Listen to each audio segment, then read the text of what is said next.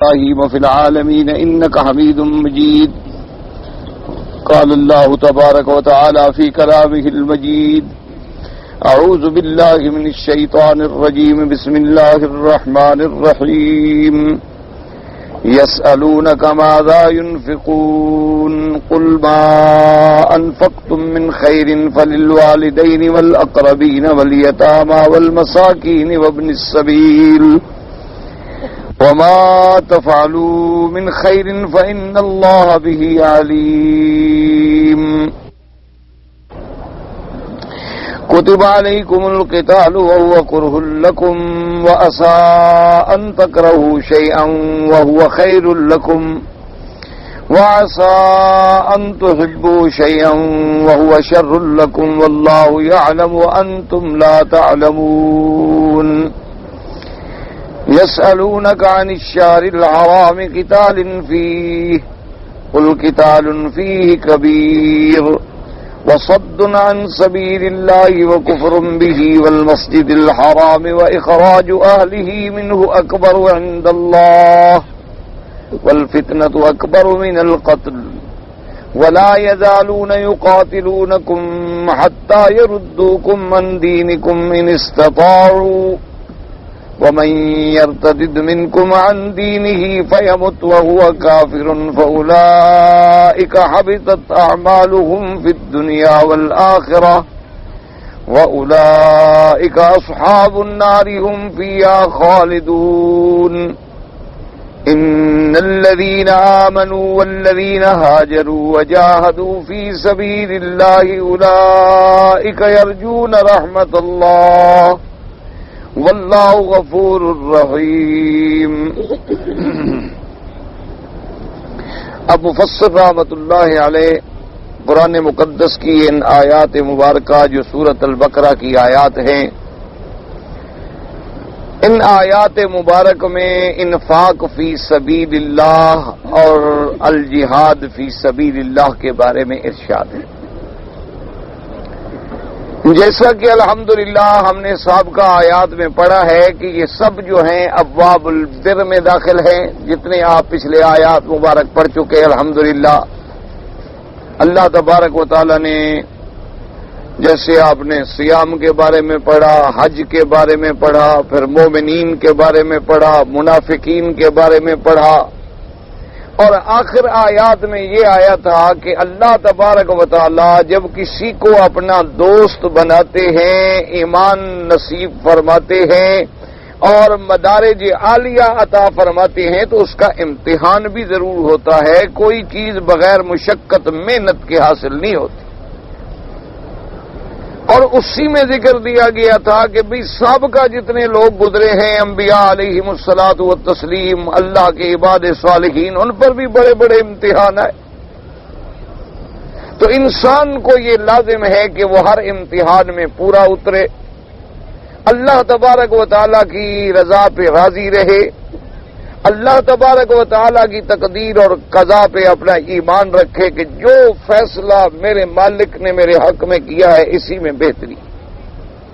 ان تمام آیات کے بعد اب یہ بھی اسی ابواب البر کا گویا کہ ایک حصہ ہے. اس میں صحابہ کرام رضوان اللہ علیہم اجمعین کی طرف سے سوال ہے اور جس کا جواب میرے اللہ پاک نے قرآن مقدس میں عطا فرمایا. ویسے بعض روایات مبارک سے ہمیں یہ پتہ ملتا ہے جیسے کہ حضرت ابن عباس رضی اللہ تعالیٰ عنہ فرماتے ہیں، وہ فرماتے ہیں کہ واللہ ما رأیت مثل اصحاب محمد صلی اللہ علیہ وسلم. وہ کہتے ہیں خدا کی قسم ہے محمد مدنی کے صحابہ جیسی جماعت میں نے نہیں دیکھی.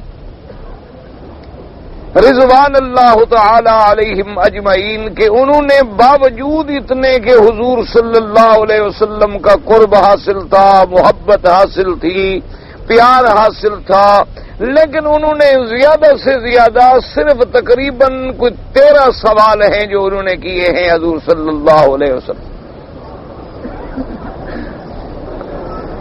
بلکہ بعض علماء کرام نے تو تفصیل یہ بیان فرمائی ہے کہ جو سوالات آئے ہیں جیسے کہ اس سورۃ البقرہ میں سوالات ہیں اسی طرح سورۃ الاعراف میں ہیں، سورۃ بنی اسرائیل میں ہیں، سورۃ الکہف میں ہیں.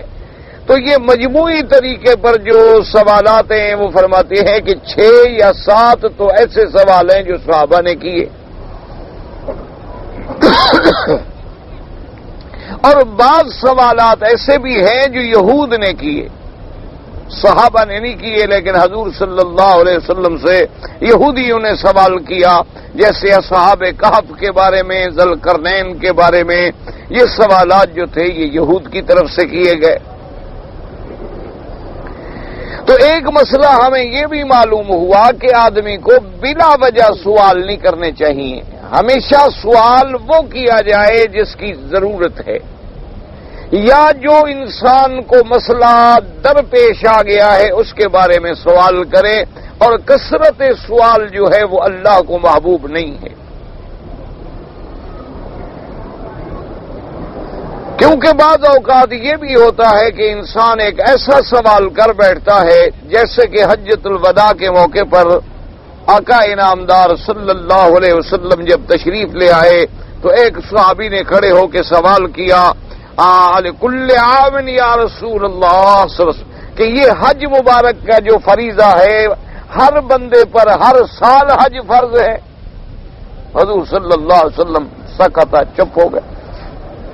اس نے پھر یہی سوال کیا کہ یا رسول اللہ صلی اللہ علیہ وسلم، حج جو ہے ہر سال فرض ہے. حضور صلی اللہ علیہ وسلم چپ ہو گئے. اس نے تیسرے دفعہ بھی یہی سوال دہرایا تو پھر حضور صلی اللہ علیہ وسلم نے ارشاد فرمایا کہ نہیں، حج تو زندگی میں ایک دفعہ فرض ہے. اور آپ نے فرمایا اللہ کے بندے، تم جو مجھ سے بار بار پوچھ رہے ہو، اگر میرے منہ سے نکل جاتا کہ بھئی ہر سال فرض ہے، پتہ نہیں اللہ ہر سال فرض کر دیتے. اور پھر میری امت جو ابھی زندگی میں ایک دفعہ حج فرض ہے، اور وہ بھی صاحب استطاعت دولت والے لوگوں پر ہے، غریبوں پر بھی نہیں ہے، لیکن اس میں بھی آپ دیکھیں کہ کتنے لوگ ہیں جو حج کرتے ہیں. یعنی اگر آپ پوری دنیا کے مسلمانوں کی تعداد نکالیں کہ اس وقت عالم میں پوری دنیا میں کتنا مسلمان آبادی ہے، اور اس میں حج پہ کتنے لوگ آتے ہیں باہر سے، 7-8 لاکھ آدمی سالانہ، تو یعنی آپ اندازہ نہیں کر سکتے، 1% بھی نہیں بنتا. اس لیے حضور نے فرمایا کہ ایسا سوال تم نے کیوں کیا؟ ایسا سوال نہ کیا کرو. جیسے کہ تراویح کی رات میں میرے آقا نے 3 راتیں 2 راتیں تراویح پڑھائی، اور اس کے بعد آپ تشریف نہ لے آئے، صحابہ انتظار میں بیٹھے ہیں کہ ابھی حضور آئیں گے، ہم نماز پڑھیں گے، رمضان المبارک کا مہینہ ہو، مسجد نبوی ہو، مدینہ منورہ کا شہر ہو، اور امام محمد الرسول اللہ ہوں صلی اللہ علیہ وسلم اور مقتدی صحابہ ہوں، تو پھر کس کا جی چاہتا ہے نماز چھوڑنا؟ تو سب انتظار کر رہے ہیں، حضور اپنے حجرے مبارک میں ہیں. صحابہ نے آہستہ آہستہ کھنکھارنا شروع کیا، بھی شاید حضور کو نیند مبارک آ گئی. لیکن جب حضور صبح تشریف لائے، نہ آئے رات میں، آپ نے فرمایا مجھے پتہ تھا کہ تم جاگ رہے ہو، تو مسجد میں بیٹھے ہو، نماز کے انتظار میں ہو. میں تو جان کے باہر نہیں آیا کہ اللہ کو ہماری یہ ادا پسند آ جائے اور اللہ تراویح فرض کر دیں، تو میری امت تو پہلے 5 نمازیں نہیں پڑھے گی، تو یہ تراویح والا فرض کون پورا کرے گا؟ تو میں نے کہا اس کو سنت ہی رہنے دو. اس لیے صحابہ نے بڑے محدود سوال کی. اب جو آیت ہم نے تلاوت کی ہے اور جس کو سمجھنا ہے، اس میں جو سوال ہے، یسألونک ماذا ينفقون قل ما انفقتم من خیر فللوالدین والاقربین والیتامى والمساکین وابن السبیل. اس میں سوال یہ، یسألونک ماذا ينفقون، سوال کرتے ہیں تجھ سے ماذا ينفقون، کہ ہم کیا خرچ کریں. یاد رکھو اس میں علماء نے فرمایا کہ اب سوال کا، یا تو پھر آپ یوں کہیں گے کہ گویا ان سوالات کے بارے میں فتویٰ دینے والی ذات کون ہے؟ اللہ تبارک و تعالیٰ کی ہے. کہ اللہ نے اپنے عرش الا سے فتویٰ جاری کیا قل اللہ یفتیہن، یا یوں کہیں کہ اللہ نے وحی کے ذریعے القاء کیا میرے مدنی پاک صلی اللہ علیہ وسلم کے دل میں، اور فتویٰ دینے والی زبان میرے محمد پاک کی ہے اور حکم دینے والے رب العلا ہے۔ اب دیکھیں سوال یہ ہے کہ ماذا ينفقون، اچھا کچھ آیتوں کے بعد آپ پھر بھی پڑھیں گے انشاءاللہ، پھر بھی یہی سوال آئے گا، یسألونک ماذا ينفقون قل العفو۔ اچھا اب گویا کہ دونوں آیتوں میں بظاہر اگر غور کیا جائے تو سوال ایک ہے، لیکن سوال کے جز دو ہیں، یوں سمجھو کہ سوال تو ایک ہے لیکن اس کے جز دو ہیں کہ کیا خرچ کریں اور کہاں خرچ کریں۔ سمجھیں اب دو جز ہو گئے، ایک جز تو یہ ہے کہ حضور آپ ہمیں یہ بتائیں کہ ہم کیا خرچ کریں، اور دوسرا یہ بتائیں کہ کہاں خرچ کریں، تو اب یہ دو جز ہو گئے۔ اچھا اب یاد رکھو کہ اس آیت مبارک میں تو اس جز پہ زیادہ زور دیا گیا کہاں خرچ کریں، اور کیا خرچ کریں کے بارے میں اشارہ آ گیا کہ وما انفقتم من خیر، یا آگے وما تفعلوا من خیر فإن اللہ بہ علیم، اور دوسری جگہ پہ اللہ نے فرمایا قل العفو، تم جو زیادہ ہے وہ خرچ کرو۔ تو اب جناب سمجھیں کہ کیا خرچ کریں، کون سا مال خرچ کریں اور کہاں خرچ کریں۔ جہاں تک مال کا کیا خرچ کرنے کا سوال ہے اس کا تو بڑا اجمالی جواب ہے کہ بھی جو بھی تم اللہ کے راستے میں بھلائی کرو گے، اچھائی کرو گے، اللہ تبارک و تعالی جاننے والے ہیں۔ یعنی کیا مانا، تم چاہے پیسہ خرچ کرو، تم چاہے چاندی خرچ کرو، سونا خرچ کرو، کپڑا خرچ کرو، مال خرچ کرو، جو بھی کرو گے، لہذا اس میں ایک تو عموم آ گیا، اور دوسری آیت مبارک میں یہ آ گیا کہ بھئی خرچ تو کرو لیکن وہ جو زیادہ ہو۔ کیا مانا، یعنی تمہارے ذاتی ضروریات سے، تمہارے گھر کے خرچ اخراجات سے جو چیز زیادہ بچے۔ یہ مانا نہیں کہ بیوی بچے تمہارے بھوکے بیٹھے رہے اور تم کہو کہ میں نے خیرات کر دیا ہے، یہ حرام ہے شریعت اس کی کوئی اجازت نہیں دیتی۔ یہ نہیں ہے کہ تم کہو کہ جناب ہمیں تو جو ملا جناب ہم نے تو سب اللہ کے راستے میں لٹا دیا ہے۔ بیوی کہتی ہے خرچ نہیں ہے، کہتے ٹھیک ہے بس کوئی بات نہیں، صبر کریں اللہ دے گا۔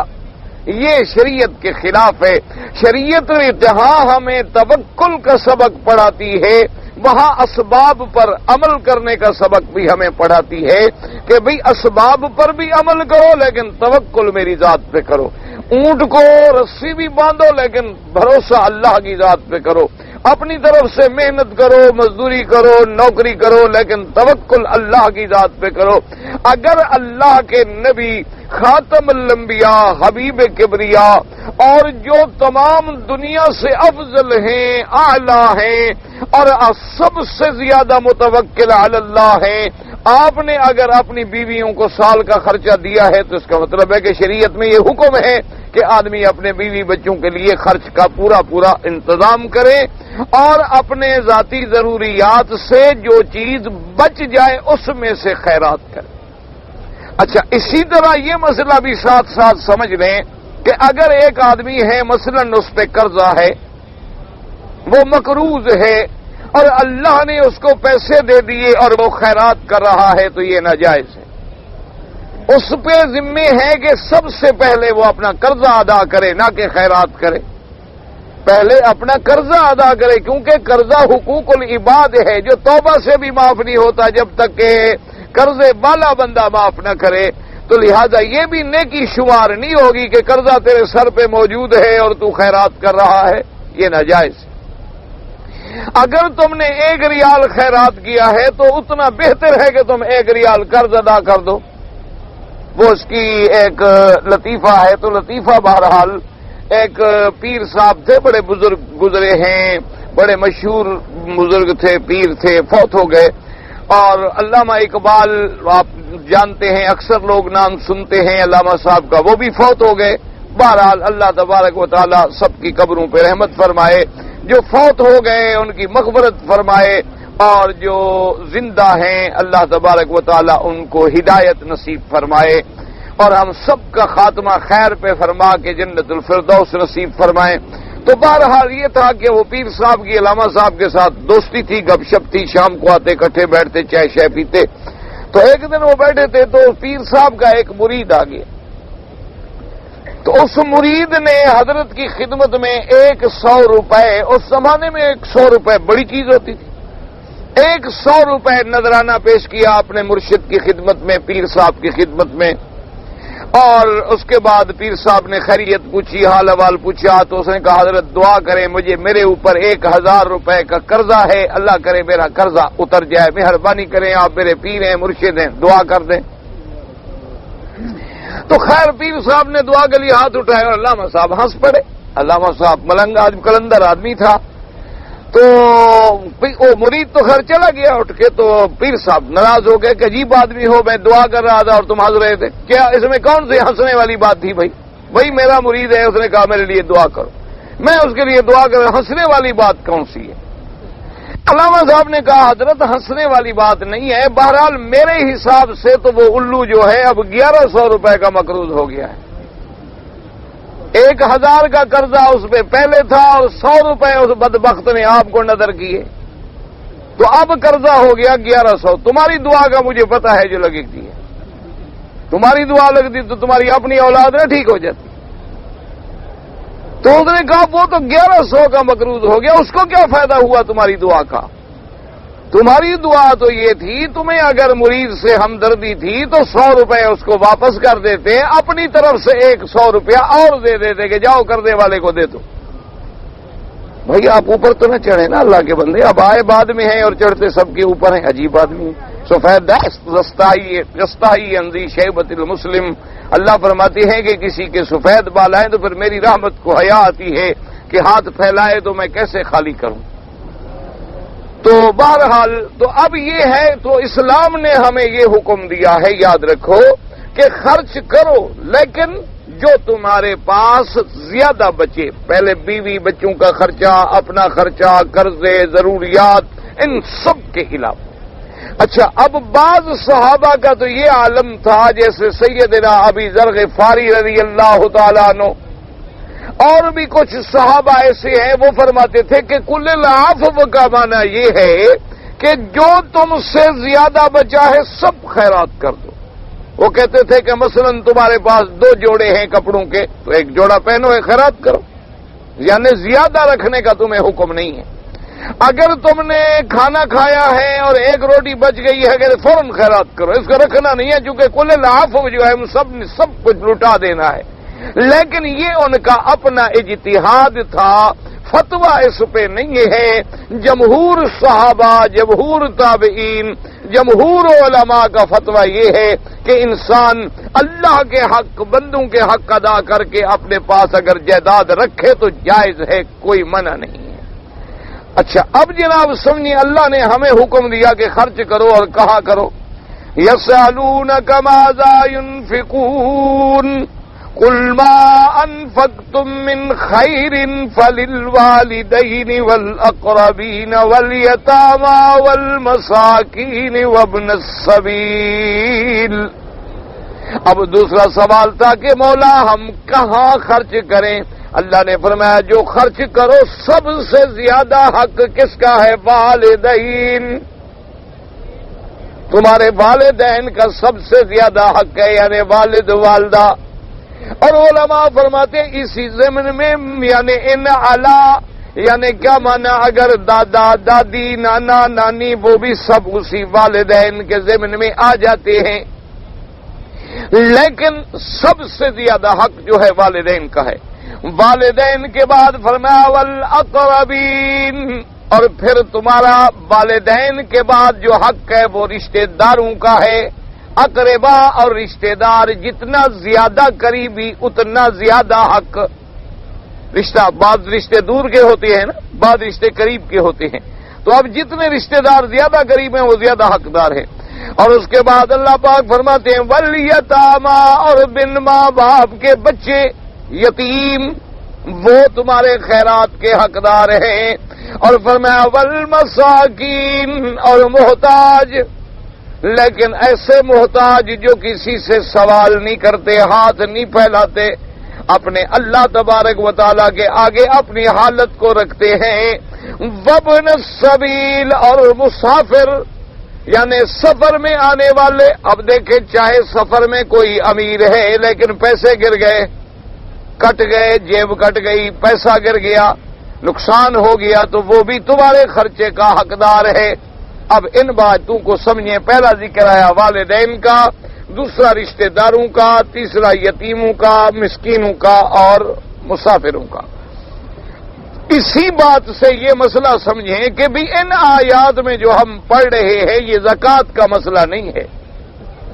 ایک تو اللہ نے ہم پر زکوٰۃ فرض کی ہے کہ ہم سالانہ اپنے مال میں سے جب ہمارا مال 7.25 تولے سونا یا 52.5 تولے چاندی، یعنی اپنے گھر کے ضروریات کے بعد اگر اتنا ہو جائے تو اب ہم صاحب نصاب ہیں، اب اس کی قیمت کر کے 2.5% ہم نے زکوٰۃ دینی ہے سال میں ایک دفعہ۔ اور کس مال پہ دینی ہے؟ جب سارے خرچے سال کے نکال کے، کھانا پینا، بیوی بچے، دوا، قرضہ، سب کچھ نکال کے جو خالص ہمارے پاس نفع بچے گا اس پہ ہم نے زکوٰۃ دینی ہے۔ اچھا، اب وہ زکوٰۃ ہم نے مال ہے دینی ہے، سونا چاندی ہے دینی ہے، اگر مال مویشی ہے دینی ہے، اس کی تفاصیل اپنی جگہ پہ موجود ہیں، لیکن اس آیت میں جو حکم ہے خرچ کرنے کا، اس میں زکوٰۃ مراد نہیں، کیونکہ زکوٰۃ آدمی اپنے والدین کو نہیں دے سکتا۔ یاد رکھیں، یعنی ماں باپ کو زکوٰۃ دے نہیں، ماں باپ کو زکوٰۃ دینے کی شریعت اجازت نہیں دیتی۔ کیا وجہ ہے؟ اصل وجہ یہ ہے کہ بھئی زکوٰۃ گویا تیرے مال کی صفائی کا ایک ذریعہ ہے، اوساخ الناس ہے، تو اللہ فرماتے کہ اپنے والدین کو تم یہی میل کھلاؤ گے جو غریبوں کے دینے کے لیے ہوتی ہے، تم اپنے والدین کو دے رہے ہو۔ اور دوسری بات فقہا نے یہ لکھی ہے کہ انت و مالک لابیک، تم اور تمہارا مال جو ہے وہ تمہارے والد کا ہے، والدین کا ہے، وہ تو تیرا سارا مال لے سکتے ہیں، چہ جائے کہ تم زکوٰۃ دو ان کو، تو لہذا والدین کو تو تم زکوٰۃ نہیں دے سکتے ہو، لیکن والدین کے علاوہ جو رشتہ دار ہیں ان کو تم زکوٰۃ دے سکتے ہو۔ اسی طرح اب ائمہ کا اختلاف ہے کہ کیا خامند اپنی بیوی کو زکوٰۃ دے سکتا ہے یا بیوی اپنے خامند کو زکوٰۃ دے سکتی ہے؟ اس میں ائمہ کرام، فقہاء کرام میں اختلاف ہے، لیکن اکثر اسی پہ ہے کہ بھئی اگر مثلا بیوی امیر ہے، شوہر غریب ہے، اتفاق ہوتا ہے نا کسی غریب کا کسی بڑے گھر میں رشتہ ہو گیا، وہ کہتے ہیں کہ بیوی اگر چاہے تو دے سکتی ہے، لیکن اگر بیوی غریب خاندان کی ہے اور شوہر بڑا آدمی ہے تو وہ نہیں دے سکتا، اس لیے کہ بیوی کا خرچہ تو شوہر کے ذمے ہے، یعنی بیوی کا نفقہ، نان نفقہ، سکنا، گھر، رہائش، رہنا سہنا، کھانا کھلانا، وہ تو شوہر کی شریعت شرعاً ذمہ داری میں شامل ہے، لیکن بیوی کے ذمے تو شوہر کا خرچہ نہیں ہے کہ بیوی شوہر کے خرچے کی ذمہ دار ہو۔ اس لیے اگر بیوی امیر ہے وہ کہتے ہیں وہ تو دے سکتی ہے، لیکن خاوند اپنی بیوی کو نہیں دے سکتا۔ تو والدین کو بھی آدمی زکوٰۃ نہیں دے سکتا۔ والدین کے علاوہ جتنے رشتے ہیں، بہن ہے، بھائی ہے، جتنے بھی رشتے ہیں، سب میں زکوٰۃ دینی جو ہے وہ جائز ہے۔ اس لیے علماء نے فرمایا کہ یہاں جو ہم آیات مبارک میں پڑھ رہے ہیں یہ حکم ہے صدقات نافلہ کا، یعنی زکوٰۃ کے علاوہ۔ اگر زکوٰۃ کا حکم ہوتا تو پھر اللہ والدین کے لیے اجازت نہ دیتے، یہاں تو پہلا حکم ہی اللہ نے والدین کے لیے دیا ہے کہ اپنے والدین کو خرچہ دو، تو اس لیے یاد رکھیں کہ یہ صدقات نافلہ۔ اور دوسری بات ایک دماغ میں یہ بھی رکھ لیں کہ جو خرچ ہم اللہ کے راستے میں کرتے ہیں، اللہ تبارک و تعالیٰ کے راستے میں والدین پہ کرتے ہیں، رشتہ داروں پہ، غریبوں پہ، مسکینوں پہ اور یتیموں پہ، یعنی کسی قسم کا اللہ کی نیت، اللہ کی رضا کے لیے جو خرچ کرتے ہیں، ایک اپنا عقیدہ بنا لیں ایمان بنا لیں کہ اللہ کا قرآن میں وعدہ ہے وما انفقتم من شیء فہو یخلفہ، کہ جو تم خرچ کرو گے اس کا بدل میں دوں گا۔ اس کا ذمہ دار کون ہے؟ اللہ تبارک و تعالی۔ اور جب اللہ تبارک و تعالی بدلہ دیں گے تو یہ بھی یاد رکھو کہ اگر تم بادشاہ کے پاس مثلا کوئی ہدیہ لے کے جاؤ تو تم ہدیہ اپنی طاقت کے مطابق لے جاؤ گے، بادشاہ بدلہ اپنی شان کے مطابق دے گا۔ وہ یہ نہیں دیکھے گا کہ بھئی یہ تو ایک گلاس لے کے آیا ہے میرے پاس 10-20 روپے کا، چلو بھی اس کو 50 روپے دے دو، کہ نہیں بھائی نہیں، اس لیے تو لے آیا ہے کہ ہم اس کو کچھ دیں، تو لہذا وہ اپنی شان کے مطابق جو ہے بدلہ دیں گے۔ تو اب جب اللہ نے وعدہ فرما دیا ہے کہ جو تم خرچ کرو گے فہو یخلف، اللہ تمہیں اس کا فوراً بدل دیں گے، تو وہ بدل بھی اپنی شان کے مطابق دیں گے۔ اور اسی طرح دوسری حدیث مبارک بھی اپنے دماغ میں رکھ لیں کہ میرے آقا کا فرمان ہے، آپ نے فرمایا ما نقص مال من صدقۃ قط او کما قال رسول اللہ صلی اللہ علیہ وسلم، حضور نے فرمایا یاد رکھو جو اللہ کے راستے میں خیرات کرتے ہو، خیرات کرنے سے مال کبھی نقص نہیں پڑتا، مال کبھی کم نہیں ہوتا۔ یعنی بظاہر تمہیں پتہ لگتا ہے کہ میں نے 1000 روپے میں سے 200 روپے خیرات کر دیے، لیکن اللہ ایسی برکت دیتے ہیں کہ خیرات والے کا مال کبھی ختم نہیں ہوتا۔ تو یہ فرمان کس کا ہے؟ حضرت محمد الرسول اللہ صلی اللہ علیہ وعلا آلہ وسلم تسلیما کثیرا کثیرا۔ اور اسی طرح میرے مدنی سرکار کا فرمان ہے کہ اللہ پاک 2 فرشتے بھیجتے ہیں روزانہ، جن کا صرف یہ کام ہے کہ دعا کرتے ہیں اللہم اعط لکل منفق خلفا واعط لکل ممسک تلفا، کہ یا اللہ جس نے بھی تیرے راستے میں خرچ کیا اس کو تو اور بدلہ عطا فرما، اور جس نے بخل کیا اللہ اس کے مال میں ہلاکت و بربادی ڈال دے۔ تو اللہ کے فرشتے بھی دعا کرتے ہیں۔ اچھا، اب بدلہ دینے کا مطلب یہ ہوتا ہے، یاد رکھو، کبھی تو یہ ہے کہ مثلا آپ نے 100 ریال خیرات کیا اور 1000 ریال مل گئے، کبھی یہ ہے کہ 100 ریال آپ نے خرچ کیا، باقی جو آپ کے پاس پیسے بچے اس میں اللہ برکت ڈال دیتے ہیں، تھوڑے میں زیادہ برکت ڈال دیتے ہیں۔ یعنی چیز تو بظاہر تھوڑی ہوتی ہے لیکن اللہ تبارک و تعالی اسی تھوڑے میں برکت ڈال دیتے ہیں۔ جیسے ہم جس زمانے میں پڑھتے تھے ہم دیکھتے تھے غریب مدرسے تھے اور ہم دیہاتی مدرسوں میں جا کے علم حاصل کرتے تھے، تو ہمارے اساتذہ جو تھے ماشاءاللہ اللہ ان کی قبروں پہ کروڑوں رحمتیں نازل فرمائے، اللہ کے ولی بھی تھے، عالم بھی تھے، ہم تو ان کو بس بدنام کرنے والے بنے ہیں، ورنہ اللہ نے ان کو بڑے شان بنائی تھی۔ تو ہمیں یاد ہے کہ ایسے مٹی کے بنے ہوئے ہوتے تھے وہ برتن، یعنی جسے اپنا ذخیرہ کرتے تھے طلبہ کے لیے گندم کا، تو ہمارا یہ اندازہ ہوتا تھا بھی اس میں 50 من، اس میں 30 من، اس میں 50 من، یعنی 100-150 من گندم ہوگی، اور طالب ہم ہوتے تھے 350-400، ایک وقت کھانا کھانے والے ماشاءاللہ، دن کو بھی رات کو بھی۔ ناشتے کا تو خیر وہاں سوال پیدا نہیں ہوتا تھا، غریبوں کے وہاں کہاں ناشتے واشتے ہوتے ہیں، تو دن کو روٹی مل گئی، رات کو روٹی مل گئی، لیکن جناب وہ سارا سال بس وہی گندم چل ہی رہی ہے، سمجھ نہیں آتی تھی، سال گزر گیا گندم ابھی باقی ہے۔ تو اللہ تبارک و تعالیٰ کبھی تھوڑی چیز میں بھی برکتیں ڈال دیتے ہیں، اللہ تبارک و تعالیٰ اس بات پہ قادر ہے۔ میرے اپنے استاد تھے حضرت گمانوی رحمت اللہ علیہ، حضرت علامہ انور شاہ کشمیری رحمت اللہ علیہ کے شاگرد تھے، اللہ ان سب کی قبروں پہ کروڑوں رحمتیں فرمائے۔ تو ایک رمضان المبارک مجھے ان کے ساتھ کچھ دن گزارنے کا اتفاق ہوا، تو سحری کے وقت میں تو وہ بڑی محبت اور شفقت فرماتے تھے، اللہ ان کی قبروں پہ کروڑوں رحمتیں فرمائے۔ تو ہم دور ہوتے تھے دوسرے کمرے میں، تو آدمی بھیج کے بلواتے کہ بھائی مولوی مکی کو بلاؤ چائے میرے ساتھ پیے۔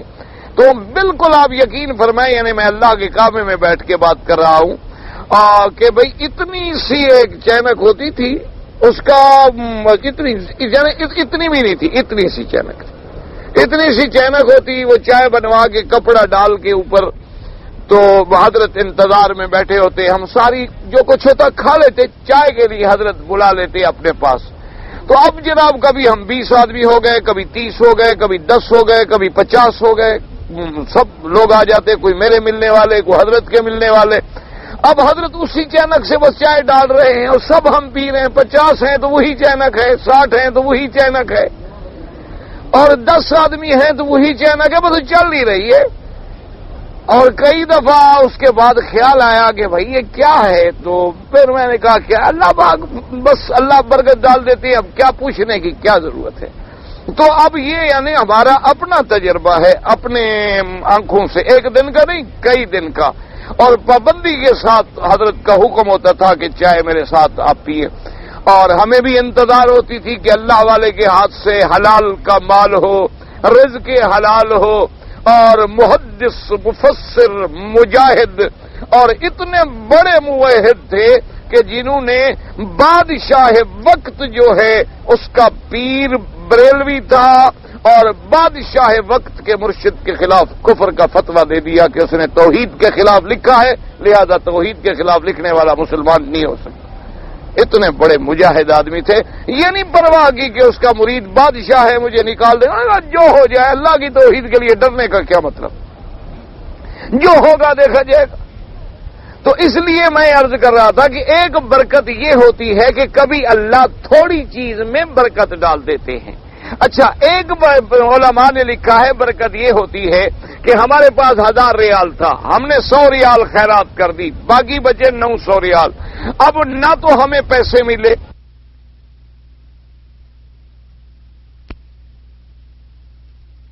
نہ پڑتا تو ہمارا سارا مال لگ جاتا، کسی بیماری پریشانی اللہ اس بیماری کو ٹال دیتے ہیں، تو یہ بھی بدلہ ہوتا ہے، وہ ہمیں کبھی نظر نہیں آتا، ہمیں سمجھ نہیں آتا، لیکن مولا ہمیں بدلہ دے چکے ہوتے ہیں، لیکن ہم ان باتوں کو سمجھتے نہیں ہیں، نوٹ نہیں کرتے ہیں اور دماغ میں نہیں رکھتے ہیں۔ تو اس لیے یاد رکھیں کہ جو بھی ہم خرچ کرتے ہیں اس کا اللہ ہمیں بدل عطا فرماتے ہیں، دنیا میں بھی اور آخرت میں بھی۔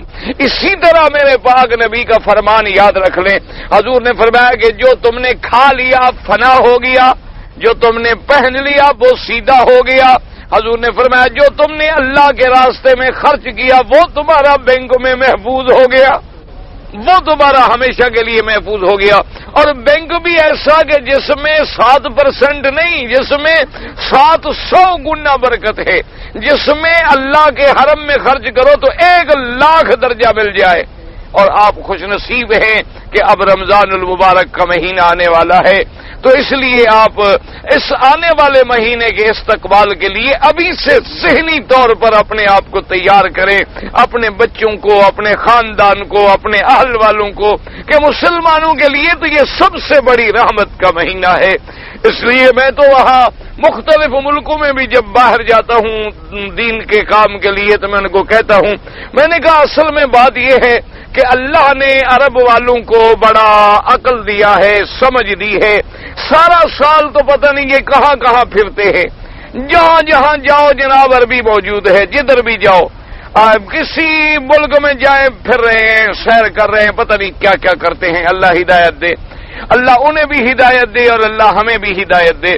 لیکن رمضان کا مہینہ آئے گا، سب پہنچ جائیں گے مکہ میں، مدینے میں، رات کو تراویح میں کھڑے ہیں، تہجد میں کھڑے ہیں، حرم بھرے ہوئے ہیں، حرم بھرا ہوا ہے، 20 رکعتیں تراویح پڑھنے کے بعد پھر جناب 10 رکعت تہجد کے لیے کھڑے ہیں، صبح کی نماز میں ہر نماز جماعت سے، اور قرآن کی منزل ہو رہی ہے، خیرات ہو رہی ہے، زکوٰۃ دے رہے ہیں، بوسنیا والوں کو، کشمیر والوں کو، افغان والوں کو، شیشان والوں کو، یتیموں کو، مسکینوں کو، اور یعنی ان کو پتہ لگ گیا ہے کہ رمضان کا مہینہ ہی بس اللہ سے لینے کا مہینہ ہے، اس میں اگلے سال کا بجٹ اپنا پورا کرا کے عید کے دن چھٹی کر کے گھر چلے جاتے ہیں۔ تو ہم جو اس لیے یہ جو مہینہ ہے یہ تو لینے کا مہینہ ہے، رحمت کا مہینہ ہے، مغفرت کا مہینہ ہے، اتقان النار کا مہینہ ہے، اور خرچ کا مہینہ ہے کہ ایک تو ایک کا 1,00,000 ملے، اور پھر جہاں نفل کا ثواب فرضوں کے برابر ہو جائے، اور جہاں پھر ایک کا 70 گنا مزید اضافہ ہو جائے۔ تو اس مہینے کے استقبال کے لیے بھی اپنے آپ کو ذہنی طور پہ آپ تیار کر لیں، اور زکوٰۃ کے لیے، خرچ کے لیے، نفقات کے لیے، اگر آپ کے والدین دوسرے ملکوں میں ہیں، اپنے والدین کو ابھی سے اتنا بھیجیں کہ وہ رمضان المبارک خوشی کے ساتھ گزاریں، آرام کے ساتھ روزے رکھیں، ان کا افطار، ان کی سحری، ان کی عید کا لباس، والدین کا سب سے اللہ کے بعد، اللہ کے نبی کے بعد اگر کوئی حق ہے تو پھر والدین کا حق ہے۔ اس لیے قرآن مقدس نے لکھا، قرآن پاک میں بار بار آپ دیکھیں گے وَوَصَّيْنَا الْإِنسَانَ بِوَالِدَيْهِ إِحْسَانًا۔ اچھا، اس کے بعد ایک صحابی نے پوچھا کہ میں نے اپنے والد میرے بوڑھے ہو گئے ہیں، اتنے بوڑھے ہو گئے کہ چل نہیں سکتے، میں ان کو کندھے پہ اٹھا کے لے جاتا ہوں۔ اب اتنی عمر زیادہ ہو گئی ہے کہ وہ بیچارے اگر حمام میں بھی جائیں تو استنجا کرنا، وضو کرنا ان کے لیے مشکل ہے، وہ بھی میں ان کو کرا دیتا ہوں، اور کبھی کبھی وہ اپنا بستر پہ پیشاب کر دیتے ہیں، بڑھاپا ہے، بستر بھی میں دھو دیتا ہوں، تو کیا اب میں والدین کا حق ادا کر لوں گا کہ انہوں نے بھی تو بچپن میں میرے ساتھ یہی کیا تھا؟ تو آپ نے فرمایا کہ نہیں، انہوں نے جب تیرے پیشاب دھوئے تھے، تمہیں کندھوں پہ اٹھایا تھا، تو یہ دعا کرتے تھے اللہ میرے بیٹے کو جوانی دے، صحت دے، قوت دے، طاقت دے، لمبی عمر دے، اور تم خدمت کرے لیکن کہتے ہو اللہ خاتمہ ایمان پہ کر جلدی، اب بہرحال بوڑھے ہو گئے اب جانا ہی چاہیے۔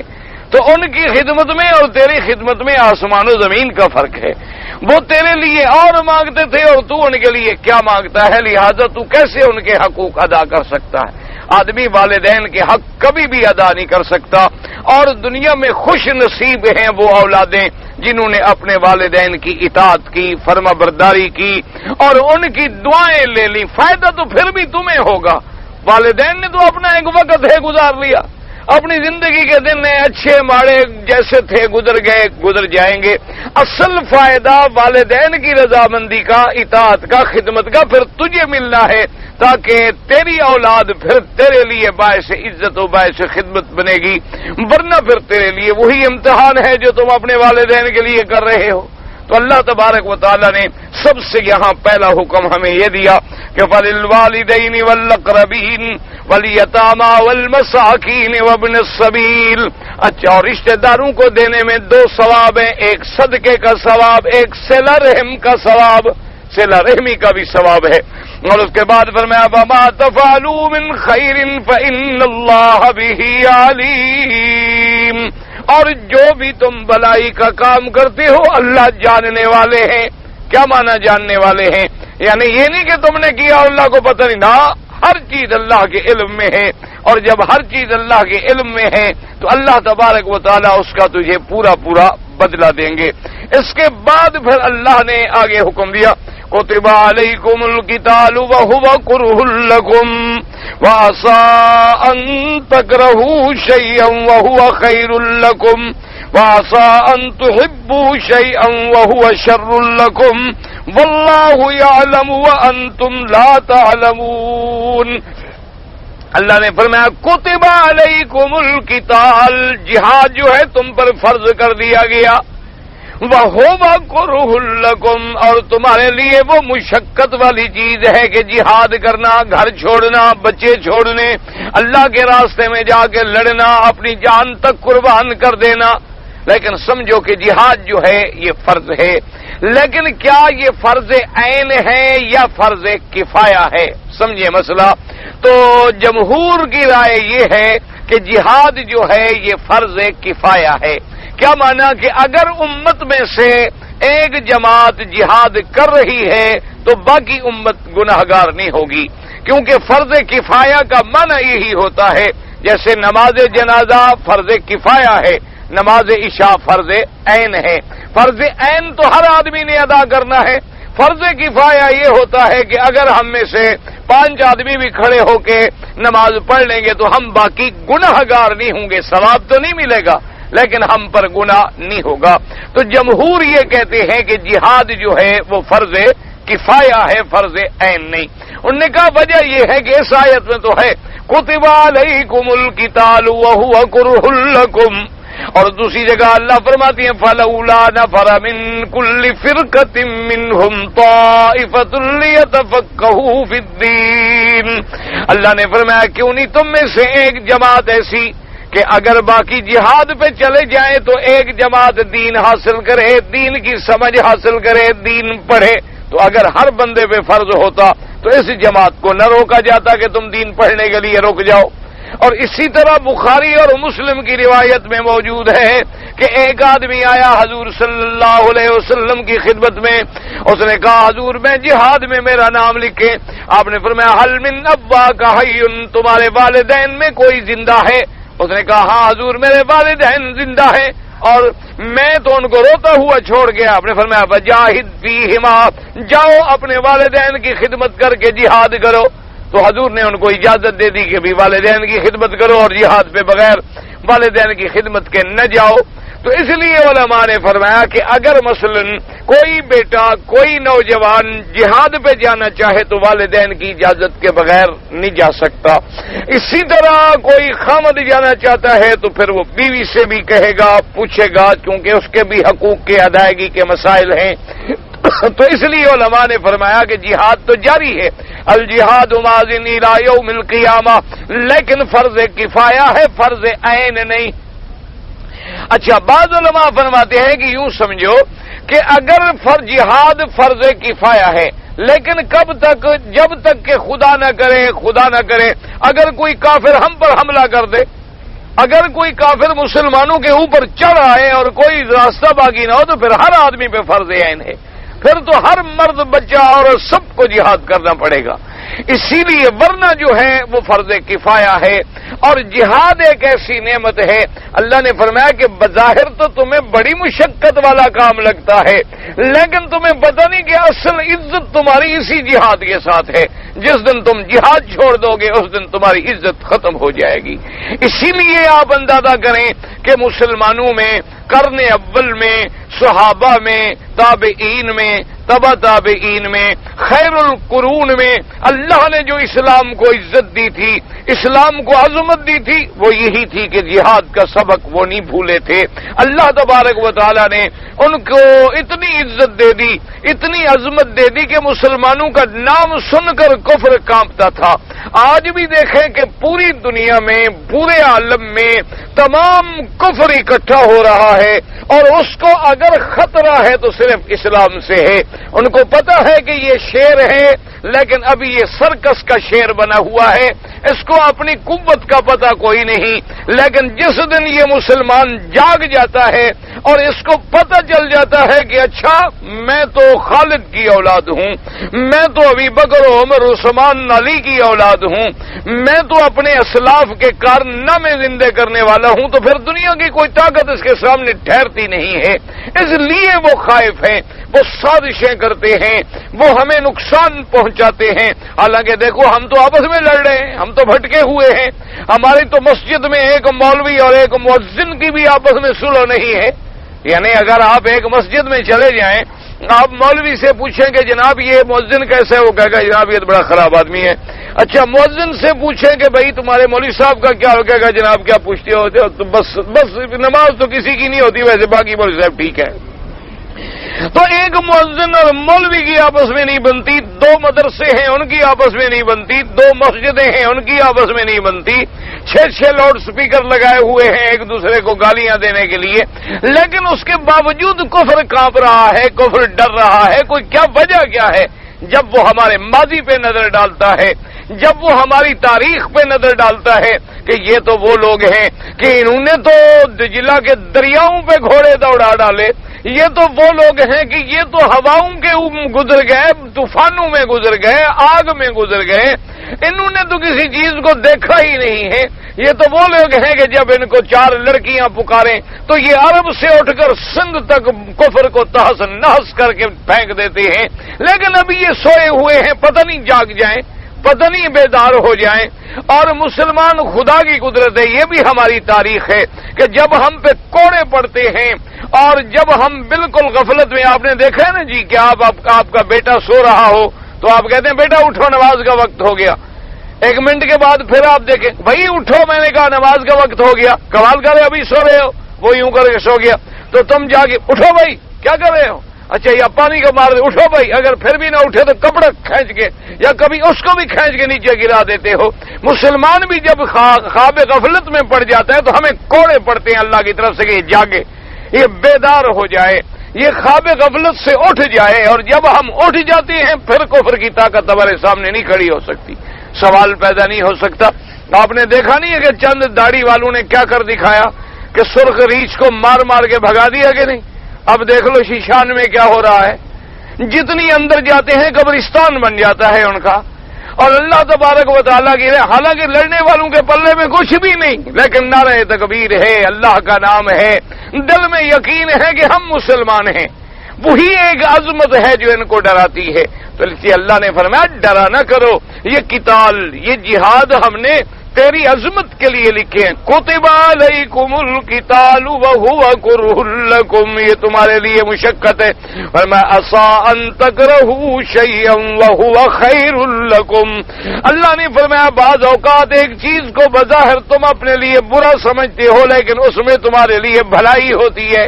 اب دیکھو نا جی، تم جاؤ تمہیں پھوڑا ہو جائے، ڈاکٹر کہتا ہے کاٹو، تو بظاہر کتنا برا لگتا ہے، ابھی یہ کٹے گا، پتہ نہیں نشتر چلے گا، پھر اندر سے اس کو صاف کریں گے، پھر اس میں دوائی ڈالیں گے، بڑا مشکل کام. لیکن جب وہ کاٹ دیتا ہے، پٹی باندھ دیتا ہے، درد ٹھیک ہو گیا، 2 دن کے بعد کہتے ہیں یار بڑا اچھا ہوا میں نے آپریشن کرا لیا، اگر میں نہ کراتا پتہ نہیں کیا ہو جاتا، گینگرین بن جاتا، اس میں کینسر ہو جاتا، پتہ نہیں کیا. اللہ نے فرمایا یہ جو جہاد ہے اس کو ڈرا نہ کرو کہ میرے بھائی مر جائیں گے، ہم مر جائیں گے، جوان مر جائیں گے. فرمایا نہ اسی میں تو تیری عظمت ہم نے چھپائی ہوئی ہے کہ یہ ایسا لفظ ہے جہاد کا کہ سن کے رات کو کافروں کی نیند اڑ جاتی ہے، ان کو چین نہیں آتا، وہ کہتے ہیں پتہ نہیں یہ جہاد ہے کیا بھلا. اس کی وجہ یہ ہے کہ مسلمان کا تو عقیدہ یہ ہے نا کہ بھائی اگر میں مر گیا شہید ہو جاؤں گا، واپس آیا تو غازی کہلاؤں گا. ایسے آدمی کو کون شکست دے؟ ایسے آدمی کو شکست کون دے سکتا ہے جو موت کو اپنے لیے اعزاز سمجھتا ہو، موت کو اپنے لیے حیات سمجھتا ہو، موت کو اپنے لیے زندگی سمجھتا ہو، اس کو کون شکست دے؟ اس لیے فرمایا کتب علیکم القتال وہو کرہ لکم وعسیٰ ان تکرہوا شیئا وہو خیر لکم. فرمایا وعسیٰ ان تحبوا شیئا وہو شر لکم. اور بعض اوقات ایسا بھی ہوتا ہے کہ تم کسی چیز کو بڑا محبوب رکھتے ہو حالانکہ وہ تمہارے لیے بری ہوتی ہے. تم گھر بیٹھنے کو محبوب سمجھتے ہو، دولت، پیسہ، دنیا محبوب سمجھتے ہو، لیکن حالانکہ اسی دولت کی کثرت نے تو تمہیں ذلیل کر دیا ہے، اسی مال کی کثرت نے تو تمہیں کمزور بنا دیا ہے، اسی محلوں میں ایئر کنڈیشنوں میں رہ کے تو تم اپنی قوت کو ختم کر بیٹھے ہو. پر میں بعض اوقات ایک چیز پسندیدہ ہوتی ہے لیکن تمہارے لیے بری ہے. واللہ یعلم وانتم لا تعلمون.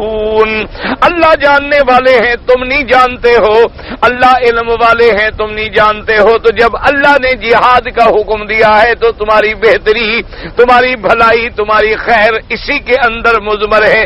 اللہ پاک ہمیں بھی خیر پہ چلنے کی توفیق عطا فرمائیں اور شر سے بچائیں. کہتا ہے جی ایک عورت کا نکاح ایک مرد کے ساتھ ہوا، 20 سال سے وہ مرد لاپتہ ہے.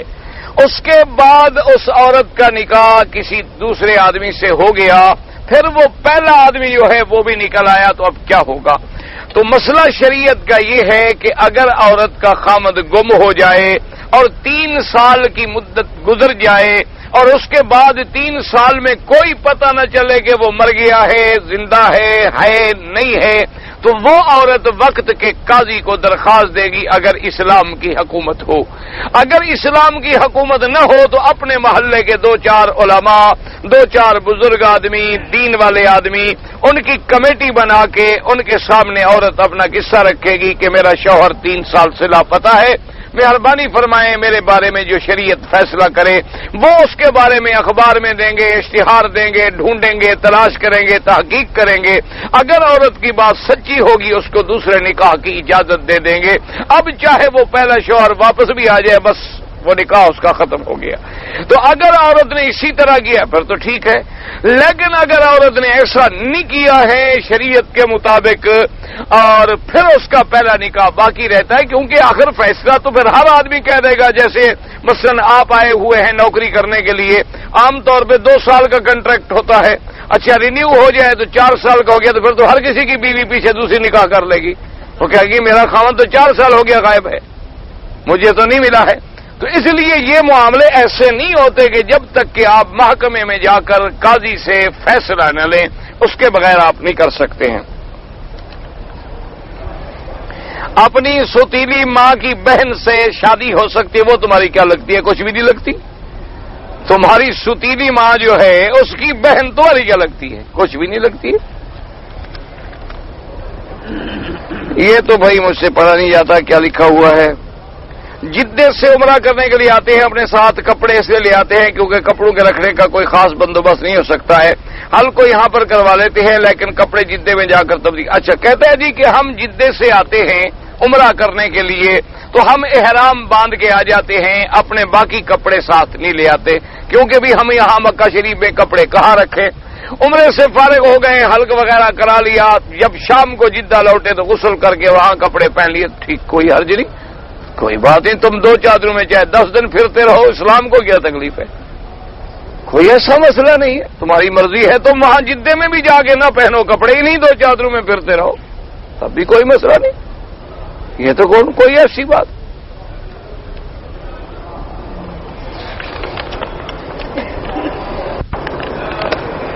یہ حلفیہ نکاح کیا گیا، اسی لیے میں نے کہا نکاح طلاق کے مسئلے اپنے علاقے کے عالم سے پوچھو۔ اصل الذین اتخذوا من دون اللہ اولیاء، اچھا تو کیا ہے؟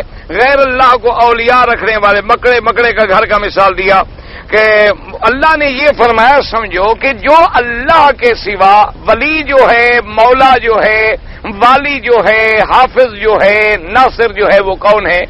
اللہ ہے۔ ایک اولیاء کا معنی ہوتا ہے دوست، ایک ولی کا معنی ہوتا ہے ناصر و مددگار۔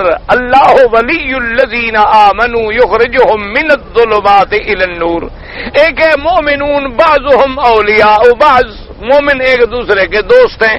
تو ایک لفظ بمانے دوست بھی آتا ہے، مہربان بھی آتا ہے، حافظ و ناصر بھی آتا ہے، بمانے والی بھی آتا ہے۔ تو اللہ نے فرمایا کہ جن لوگوں نے مجھے چھوڑ کر غیر اللہ کو اپنا متولی اور ناصر سمجھ لیا ہے، ان کی مثال تو ایسے ہے کہ جیسے مکڑی کے جالے کو کوئی گھر سمجھ بیٹھے۔ اب مکڑی کا جالا جتنا کمزور ہے یہ تو اس سے بھی زیادہ کمزور ہے، تو ان کو یہ اپنا ناصر اور ولی بنا ہے، اس سے بڑا بے وقوف کون ہوگا؟ دیکھو نا، کوئی بندہ دنیا میں کمثل بیت العنکبوت اتخذت ان اوہن البیوت لبیت العنکبوت، اللہ نے فرمایا سب سے کمزور گھر جو ہے وہ تو پھر مکڑی کا جالا ہے۔ ورنہ آدمی چلو کوئی درخت کے نیچے کھڑا ہوتا تو ہو سکتا ہے کوئی بارش رک جاتی، کسی دیوار کے نیچے، کسی چھت کے نیچے، لیکن کھڑا بھی کہاں ہوا؟ ایک بندے کو میرے مقابلے پہ لے آیا کہ کہاں خالق اور کہاں مخلوق۔ تو اللہ پاک نے شرک کی مذمت کو ایک مثال میں سمجھایا۔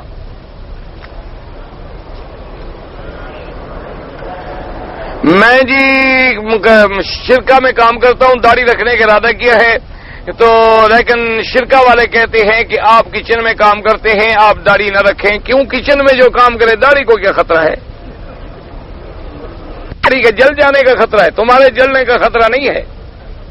بہرحال یہ ایسی کوئی شرکت اگر یہ مکہ جدہ میں ہے، آپ امر بالمعروف کو درخواست لکھ کے دے دیں گے یہ مجھے داڑھی رکھنے سے روکتے ہیں، دیکھیں پھر کیا کرتے ہیں شرکت کے ساتھ۔ اگر تمہاری نیت خراب ہو تو علیحدہ بات ہے، دیکھو نا جی، اگر تمہاری اپنی نیت خراب ہے وہ تو ہے، یہاں تو اسلام کی حکومت ہے، کوئی آدمی اسلام کے خلاف حکم نہیں دے سکتا، غلطی کرنا علیحدہ بات ہے۔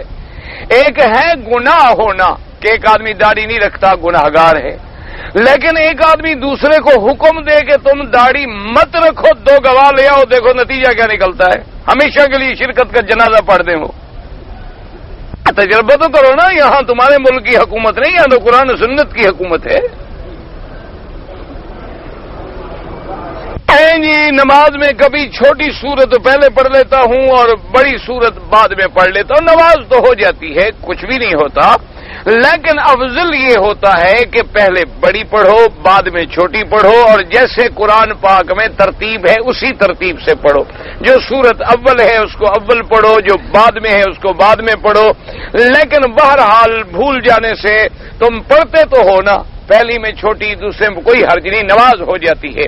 لیکن خدا کی قدرت ہے کہ تم کبھی ایسے تو نہیں بھولے ہو سودا خریدنے میں کہ چھوٹی چیز بڑی چیز کے بجائے چھوٹی لے کے گھر آ جاؤ، کبھی بھولے ہو؟ نہ ایمان سے کہو، کبھی مولی لینے گئے ہو چھوٹی لے ہو، چن کے بڑی ڈھونڈو گے، آم لینا ہو تو بڑے سے بڑا ڈھونڈ، یہ بھول ہی تمہیں قرآن کی صورت جاتی ہے چھوٹی بڑی، کیونکہ ادھر توجہ نہیں نا، یہ ایک ایسا کام ہے جو ہم بغیر توجہ کے کرتے ہیں۔ کہتا ہے جی کہ میں کبھی اپنے دوست کے گھر میں ٹیلی فون کرتا ہوں، اتفاقاً میرے دوست نہیں ہوتے، ان کی بیگم صاحبہ ٹیلی فون اٹھا لیتی ہیں، تو کیا میں غیر محرم سے بات کر سکتا ہوں؟ اتنی ضرورت کی کہ بھی فلاں ہے نہیں ہے، بس یہ نہیں کہ پھر تم اپنے قصے کہانیاں شروع کر دو کہ چلو وہ نہیں ہے تو میں تو ہوں۔ یہ اللہ تو پھر نیتوں کو جانتے ہیں نا، اسی لیے حکم دیا ہے قرآن نے کہ غیر محرم اگر کوئی بات کرے تو عورت کو چاہیے کہ نرم بات نہ کرے، سختی کے ساتھ کڑک کے بات کرے کہ نہیں ہے گھر میں، بعد میں فون کر لینا۔ اس فرمایا فیطمع الذی فی قلبہ مرض، اللہ نے فرمایا اگر عورت نرم بات کرے، اگلے کے دل میں کھوٹ ہو تو پھر وہ راستہ بنانے کی کوشش کرتا۔ یہ تو سارے مسئلے قرآن نے ہمیں سمجھا دیے ہیں، لیکن ہم قرآن پڑھیں تو آج کل تو بڑا آسان حل ہے، آج کل تو ایسے ٹیلی فون موجود ہیں کہ آنسرنگ ٹیپ لگی ہوتی ہے، آپ بھر دیں کہ میں جا رہا ہوں فلاں ٹائم آؤں گا، آپ کا پیغام نوٹ ہوگا، آپ دے دیں گے، عورت کو بات کرنے کی ضرورت ہی نہیں، کیوں غیر محرم سے بات کرے؟ یہ بات ہی سے تو کام بگڑتا ہے۔ حضرت علی کی جائے پیدائش کہاں ہے؟ کیوں آپ نے کیا کرنا ہے؟ نہیں پہلے مجھے یہ آپ بتا دینا، میں آپ کو ڈھونڈ دیتا ہوں۔ حضرت علی کی جائے پیدائش کا اگر پتہ چل جائے تو آپ کیا کریں گے؟ وہ جگہ اکھاڑنے کا ارادہ ہے؟ ساتھ لے جائیں گے؟ نہ آخر مجھے بتائیں کوئی وجہ؟ ایسے لوگوں نے بنا دیا کہ کعبے کے اندر پیدا ہوئے، کعبے کے اندر پیدا ہوئے۔ اللہ کے بندے، تمہاری بیوی جب بچہ پیدا ہونے کا وقت آئے تو مسجد میں چلی جاتی ہے، تو حضرت علی کی والدہ کو تم نے اتنا کم عقل سمجھا تھا کہ جب بچہ پیدا ہونے کا وقت آیا تو کعبے میں گھس گئی۔ کوئی عقل کرو، کعبے سے مراد ہے حرم، سارا مکہ کعبہ ہے۔ حضرت علی چونکہ حرم میں پیدا ہوئے، مکے میں پیدا ہوئے، آپ کا گھر حرم میں تھا۔ جیسے آپ سے کوئی پوچھے بھی کہاں جا رہے ہو؟ او جی ہم تو مکہ شریف جا رہے ہیں۔ کوئی پوچھے آپ کہاں جا رہے ہیں؟ جی ہم عمرے پہ جا رہے ہیں۔ کوئی پوچھے آپ کہاں جا رہے ہیں؟ او جی کعبہ شریف جا رہے ہیں۔ کوئی پوچھے کہاں جا رہے ہیں؟ نہیں جی مدینہ شریف جا رہے ہیں۔ اس کا مطلب کیا ہوتا؟ یہ تو کتابوں میں آ گیا کہ حضرت علی کعبہ میں پیدا ہوئی، یہ معنی تھوڑا ہوتا ہے کہ کعبے کے اندر پیدا ہوئے۔ معنی یہ ہے کہ کعبہ سارے حرم کا نام ہے۔ ہدیم بالغ الکعبہ، اللہ فرماتا ہے قربانی کا جانور کعبے میں ذبح کرو، تم مینا میں ذبح کرتے ہو۔ حضور اکرم بشر ہیں یا نور ہیں؟ آپ کو 1400 سال میں پتہ نہیں چلا؟ نہیں، آپ کس کا کلمہ پڑھے ہیں؟ نہ جب آپ کو یہ پتہ ہی نہیں کہ نبی پاک کا جنس اصل کیا ہے تو کلمہ کیا ہوا؟ 1400 سال سے جو ہم کلمہ پڑھ رہے ہیں تو یہ بھی پتہ نہیں چلا 1400 سال سے آج تک ہمیں کہ حضور نور ہیں یا حضور بشر ہیں۔ ماشاءاللہ ماشاءاللہ، پھر تو پکا ایمان ہو گیا ہمارا۔ اچھا آج اگر ہم انگریز کو کہیں کہ کلمہ پڑھو، وہ کہے کون سے نبی کا؟ نور والے کا کہ بشر والے کا؟ تو پھر کیا کہیں؟ وہاں بھی کہیں بشر والے کا اور ہمارے دوسرے بھائی کہیں نور والے کا؟ وہ کہے عجیب بات ہے، ابھی تو تم مسلمان اس بات پہ اکٹھے نہیں ہوئے کہ تمہارا نبی کون ہے، تو ہمیں کیسے دعوت دیتے ہو کلمہ پڑھنے کی؟ کوئی عقل کرو۔ اچھا حضور کے والد کا نام کیا ہے؟ ماں کا نام؟ ہاں جی، دادے کا نام؟ عبد المطلب، مطلب نہیں مطلب۔ اچھا چاچے کا نام؟ ابی طالب۔ اچھا اس کے بعد حضور کی بیٹے کا نام؟ بی بی کا نام؟ تو یہ سب بیوی باپ بیٹے نور کے ہوتے ہیں بشر کے ہوتے ہیں؟ ہاں جی۔ اچھا چلو جبریل کے باپ کا نام نہیں آتا؟ اس کی بیوی کا نام؟ جبریل کی بیوی بھی نہیں؟ اچھا اولاد وہ بھی نہیں؟ کیوں کہ نور ہے، تو نور کی اولاد یا باپ یا بیٹا نہیں ہوتا ہے، تو جس کا باپ بیٹا ہے وہ بشر ہوتا ہے۔ سمجھ آ گئی بات؟ رکن یمانی سے کیا مراد ہے؟ وہ کونا جو یمن کی طرف ہے، اس کو کہتے ہیں رکن یمانی۔ امام صاحب نے ایک واقعہ بتایا کہ امام صاحب نے اللہ کو خواب میں دیکھا. خواب علیحدہ چیز ہے، خواب کیا ہے؟ خواب ٹھیک ہے. حضرت سلیمان علیہ السلام کے بارے میں مسجد ایک بار وہ اپنے تخت پر جا رہے تھے، کعبے کا طواف نہیں کیا، اللہ کا کعبہ رونے لگا. تو یہ کوئی قصہ نہیں ہے. میرے خاندان میں شیخ شدو کے نام سے نظر نیاز ہوتی ہے. جو بھی غیر اللہ کے نام پہ نظر نیاز کرے بدعت ہے، شرک ہے. ہمارے محلے میں عید اور بقر عید کی نماز محلے کی عورتیں جمع ہو کر جماعت ادا کرتی ہیں. کوئی عورت پہ واجب نہیں، نہ جمعہ نہ عید. انہیں عمرہ کر کے احرام کھول دیا، بال نہیں کٹوائے، یاد آ گیا آپ نے خود بال کاٹ لیا، ٹھیک کیا، کوئی بات نہیں، ٹھیک ہو گیا. امام مالک، امام حنفی سب جو ہیں مختلف دور میں گزرے ہیں. یعنی تقریباً حضور صلی اللہ علیہ وسلم کے دور کے بعد 50 ہجری میں پیدا ہوئے، اور کوئی 70 میں، کوئی 80 میں، کوئی 100 میں. تو بہرحال خیر القرون کے ساتھ تعلق ہے. بخاری شریف، مسلم شریف، ترمذی شریف تعلق کہاں سے ہے مجھے کیا پتا کہاں سے ہے.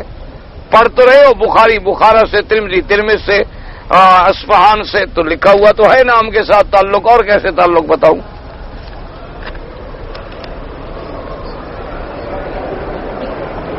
اگر بعض لوگ ہمارے ہاں جھگڑا کرتے ہیں اور جھگڑا ہو جائے تو کسی مرشد کی، پیر کی قبر پہ جا کے قسم کھاتے ہیں، یہ شرک ہے.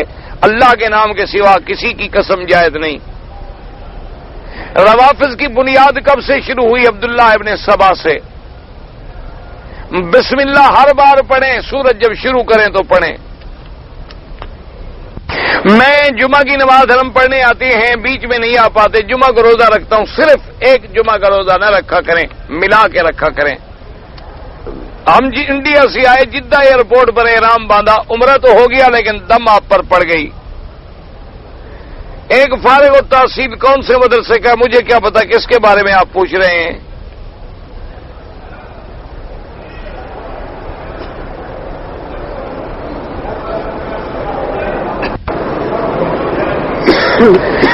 پتہ نہیں یہ کیا ہے. ایک بوڑھے نے خط لکھا، اس نے باپ کو لکھا، فلاں لکھا. بھائی جو بھی باپ والدین کی نافرمانی کرے بس دعا کرو اللہ کسی کو بھی والدین کا نافرمان نہ بنائے. دعا کرو جو اولادیں نافرمان ہیں اللہ ان کو حیا دے، فرما بردار بنائے، اطاعت نصیب کرے.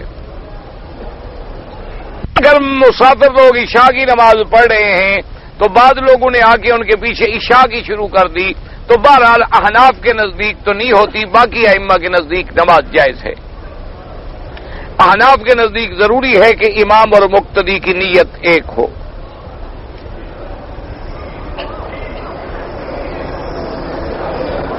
ایک آدمی